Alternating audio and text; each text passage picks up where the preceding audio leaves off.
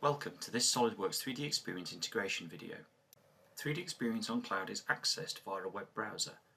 Using the compass, we can launch SOLIDWORKS directly from within the 3D Experience interface.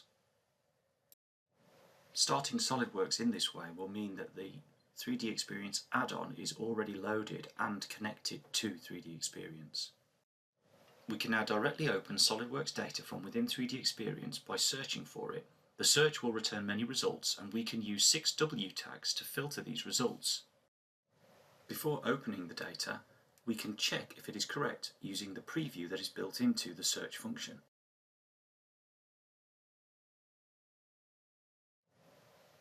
Once we are happy that this is the correct data, we can open it straight from the search into SOLIDWORKS. Once the data is loaded, we will see the structure in the 3D Experience PLM Services window.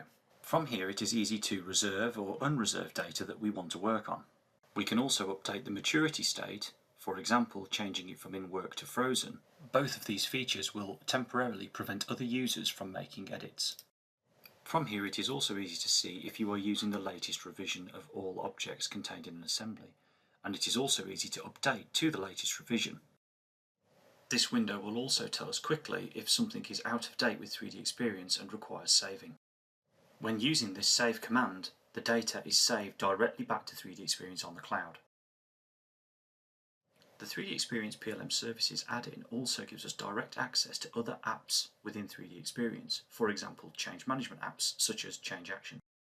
From this app we can work on existing change actions or create them directly in the system. Once we have created the change, we have the ability to update the details, add the assignees and approvers of the change, and also add the CAD data that we want the change to affect.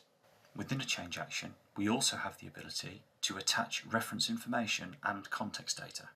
The change action must be promoted to in work for anybody to be able to start work on the change. When an object is under change control, we must work under the change in order to make any edits.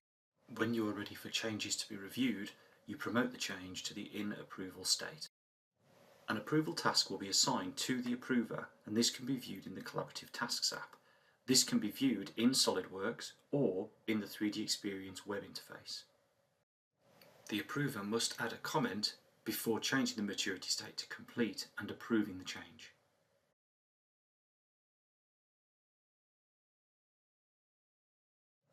Once the change is approved, the maturity state of the related object will be promoted to released. The 3D Markup app within 3D Experience, which is launched within the web interface, can be used to coordinate design review activities. The review is given a title and a description and is saved into the system, which can be searched for later. The first slide is created automatically, and we can add annotation to this and edit the details. The colour of these annotations can be changed to make recognising the type of annotation easier. We can then create further slides from different viewpoints and add annotation to these.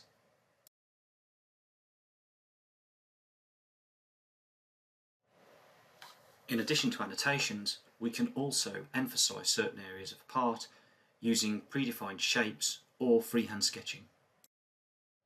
The slides make it very easy to move between the annotations when wanting to re-review any 3D markup at a later date.